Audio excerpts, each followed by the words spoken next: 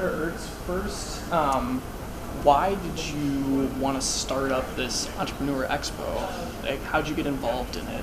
What's the importance of it? Well, I serve as the ranking member on the Small Business Committee in the United States Senate, and it was a little alarming to see some of the statistics where Iowa business that works with the federal government through contracting, where it has decreased about 65% over the last dozen or so years. So we really want to see that engagement once again, and this was a great way to do it. Host an event here at Iowa State University, which is known for its entrepreneurialism and really getting small businesses engaged. So here we are today, and a great turnout. Yeah, and you mentioned that 65% that I got from Michelle in that press release. How is this expo kind of giving small businesses like a fair opportunity to get federal contracting? Yes, we had over 200 small businesses and individuals that registered to come to today's event. They're learning about different tracks in innovation and contracting. And so we're really showing them the way to cut through that red tape and really come face to face with those federal government agencies. We have a lot of different agencies here, both from the federal government, from state government, and it's just a great way to make those initial steps forward. In your opinion, why do you feel like there has been that 65% decline in that federal contracting? I think it is because when COVID, I think there were some interruptions with that, but large in part, a lot of these federal agencies, they're in that DC bubble, and they're not coming out of that bubble to meet small businesses where they are, which is why I think today's event here in Iowa is so important. We're pulling people out of Washington, D.C., and we're putting them face to face with innovators, researchers, and small businesses that can benefit us as a federal government. And for people who aren't aware of what federal contracting is, can you kind of explain that for them?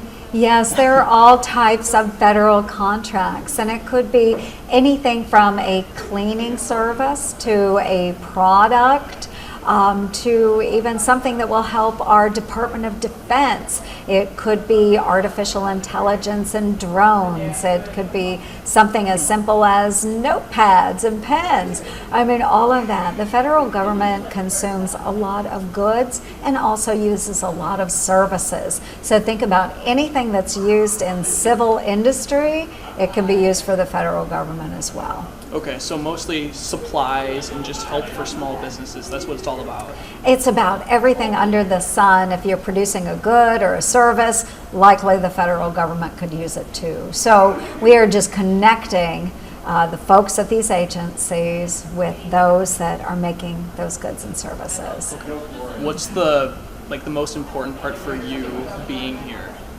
Well, one, just to show leadership on the small business front and making sure that we are connecting Iowa small business with federal government. We've got so many wonderful thinkers, ideas here in the state of Iowa, and we want to make sure that they have a shot and an opportunity at providing services for our federal government as well. So I'm all about Iowa all the time, and this is a great way to really highlight to these federal government agencies the breadth of talent and ability we have here in the state. Are you guys planning on doing this again next year? I hope we do it again. I know. So yes, I do hope that we do this again in the future, bring even more agencies in. We had 31 federal and state agencies that registered for the event this weekend. Wow. So yes, and there are many more to go. And we hope that we see contracts that are secured from this event. And yes, I'd love to do it again. And then I want to ask you just two questions aside from the expo. First one, just about former President Trump talking about Governor Reynolds and other governors about like too strict abortion bans. What do you think about that? Well, I think that our state and the constituency that we have here, I think it is on the right path, and this is a state's decision, and I am a firm supporter of Governor Kim Reynolds and our Iowa legislature, and I'm very proud of them. So I think that this is an issue that our states are going to solve, and I hope that it doesn't become too contentious out there, but bottom line, I support Kim Reynolds.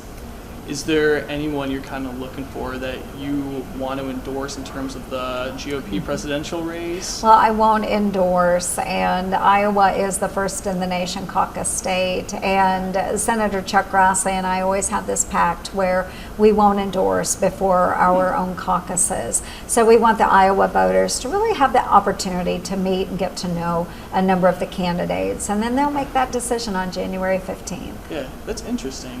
Why didn't you guys endorse the nominee? Oh, well, once they're the nominee, but we won't endorse before the caucuses. Gotcha. Right, right.